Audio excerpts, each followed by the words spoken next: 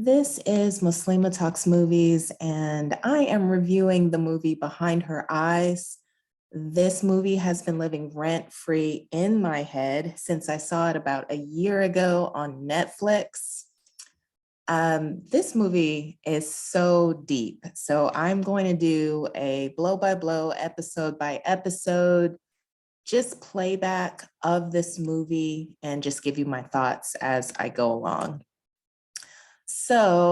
This movie came out in 2018, I believe, and stars Simona Brown, Tyler Howitt, Charlotte Mills, and Tom Bateman. All right, so I'll be just reading from Real Mockery and then pausing and giving my comments. So as the episode begins, Louise, Simona Brown, gets dressed and shows off her bum until Adam interrupts. Adam, Tyler Howitt, tells her that someone is at the door, but he didn't open it because she told him not to. Laura, Charlotte Mills, joins her friends. She sits with Adam while Louise shows off her wardrobe. Once Louise arrives at the pub, she gets a call from Sophie letting her know that she won't be able to make it. As she tries to leave, she runs into David, Tom Bateman, and knocks his drink onto his shirt. She offers to buy him another drink, but David says she doesn't need to. Before long, they sit down and David explains he just moved into town. When asked why she was sitting alone, Louise says her friend Sophie couldn't make it. So the first thing that I think about when I watch this movie is how I thought it was going to be totally different. Like it starts off so innocent, so good, so pure. And you just think it's going to be like a delightful rom-com. You just don't understand how deep, how twisted this story gets. So here's a picture of Louise at the pub, just trying to get a night out away from her son, and bumps into this handsome stranger when her friend kind of bells on her. And I'm like, I'm here for it. I'm here for it. Look at those eyes. She kind of looks like me with those big old soulful eyes. And she just, she wants some love. And I was here for it. All right. So next, I know this is ghetto, but I do not remember anything until I read it again. So I got to read it. She tries to leave, but David attempts to get her to stay. She bluntly tells him that she isn't going home with him. Before the night ends, David begins kissing Louise, but stops and says he can't do this. He rushes off in the opposite direction seconds later. I was so like, what is going on? Like they had the chemistry, everything was going well. They had this like rapport that was just so cute. And I was like, yes, let's do this. And he's like, I can't. And I'm like, what? What is going on? And so when Louise goes to work in the morning, she learns that she just missed the new boss. She walks through the hallway and hears Dr. Sharma, who's played by Roshan Seth, talking in another room. She looks in and notices David with Adele, Eve Hewson. When the doctor begins showing them around, Louise hides in the bathroom. Later that night, Louise tells Sophie, Niccolo Burley, about hiding in the bathroom for a long time. So dun, dun, dun, we find out, why he can't kiss Louisa. And it's just like, this is horrible. They were so cute together. Louisa says David seemed sad before questioning whether he lied to her. She admits they didn't learn each other's names. Louise has a nightmare that night, and it looks like someone has overdosed in bed or something. She freaks out and gets up for a drink. Next, Adele asks David if he is nervous, but he reminds her that it isn't his first day. He hopes he doesn't let Sharma and the others down. Adele doesn't think he will because he's a good psychiatrist. He says she is lucky to have him before taking a pill in front of him. She follows him out and gives him a kiss before he leaves. Meanwhile, Louise rushes to get Adam to school on time. Then she goes to work where she is greeted by Sue. So that whole interaction between the wife and David was just so creepy. And it was like so stale that you're just like, is there something mentally wrong with the wife? Why is the affection not there? Why is she taking pills? Why is it so cold? Like, what is going on here? Is he taking advantage of her in some way? You know, it's like the mystery starts to unravel. There's more to this story. Sue says Dr. Ferguson is in a meeting until 9:30 so they can relax. Sue hands her a sandwich and Louise gets ketchup on her shirt. Louise is so cute. Like Louise is so me in the fact that she's awkward and cute. And she's just giving me like Issa Rae, like, you know, awkward Black girl vibes, which is like my aesthetic. And I just love that about Louise. She is like just that girl next door, but there's something so innocent and so pure about her, so endearing. I don't know about pure. We'll see as we go along. So Louise goes to the bathroom to try to clean her shirt. Adele goes upstairs and relaxes on the bed. Meanwhile, Louise goes into David's room and looks at one of the pictures that is face down on his desk. David interrupts and surprises her. She admits it is her and it's no big deal since they were both drunk at the time. So, you know, no sweat, you know, we had a moment, but nothing happened kind of thing.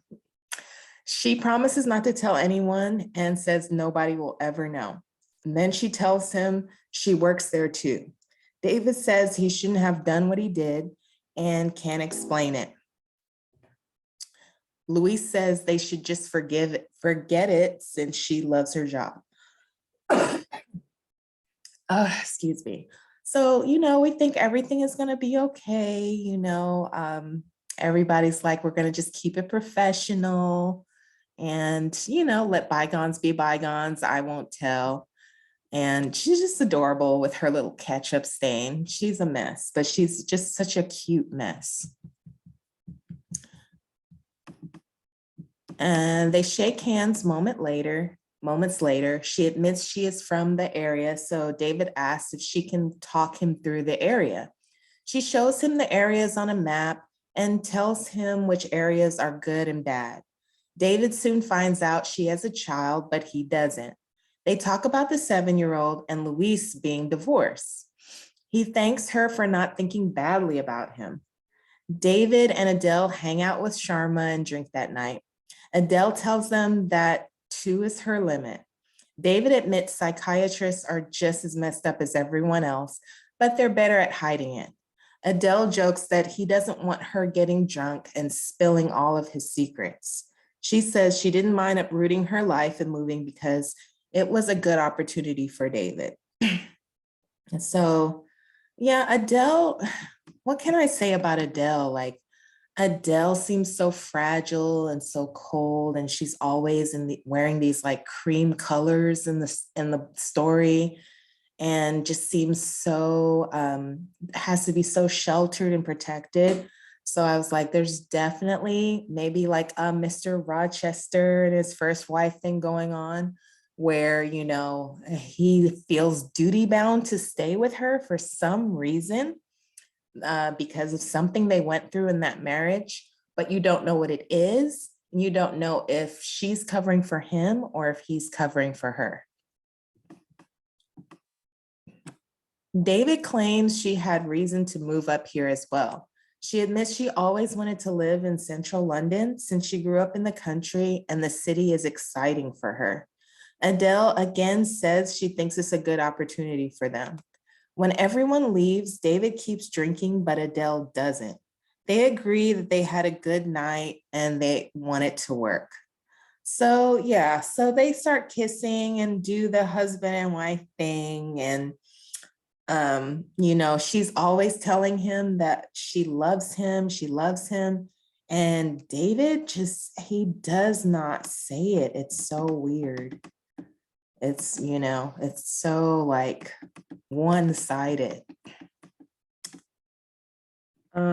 Later, she goes for a walk and listens to music. She stumbles across a man who asks if she didn't fancy the team misery walk. She admits she didn't want to join them before he asks if she has seen Mark. The man says she doesn't think the counselors should be wearing the same shirt for 3 days. He recognizes Adele as the girl who paints fires. He knows about Adele's parents because he read about it in the paper. So this is the flashback to when Adele was younger. She's got long hair back then, and I guess she's at like the mental institution or whatever. She admits it was horrible before recognizing him as the guy who sleepwalks. So this is this is a friend of hers that she makes at the institution. He introduces himself as Rob and says they think Adele doesn't want to sleep because she was asleep when the fire happened. He tells her to paint water next time and tells them the fire represents her grief, but the water is washing it away. So those little flashbacks are giving insight as to who Adele is, what her past was. And I was just thinking, you know, wow, what a nice friendship is developing. Back in the present, David tells her good morning. He gives her a cell phone and a credit card before saying he thinks it's time she got them back. So it's a very like paternalistic relationship that she has with her husband, very like she really has very little independence. And you're starting to think David is a bit of a butt. And you're starting to like not like David because of the way he's treating his wife. And it's like, but he's so kind to Luis and he's like a different person with Luis. It's so messed up because you want Luis to be happy, but then you see how David is with his wife and it's like, oh no. So anyway, so as a result, he'll be away. He says that he's been looking into the area and he wants to do some outreach work with addicts. As a result, he'll be away for the weekend and stuff. Adele says it won't be an issue. At work, Luis gives David documents for his upcoming visits. She makes sure David is happy with the way everything is going. He says he feels like he's in good hands before asking if she has anything planned for the weekend. He claims he is only trying to create a conversation. She says Adam is with his dad, so the world is her ostrich this weekend.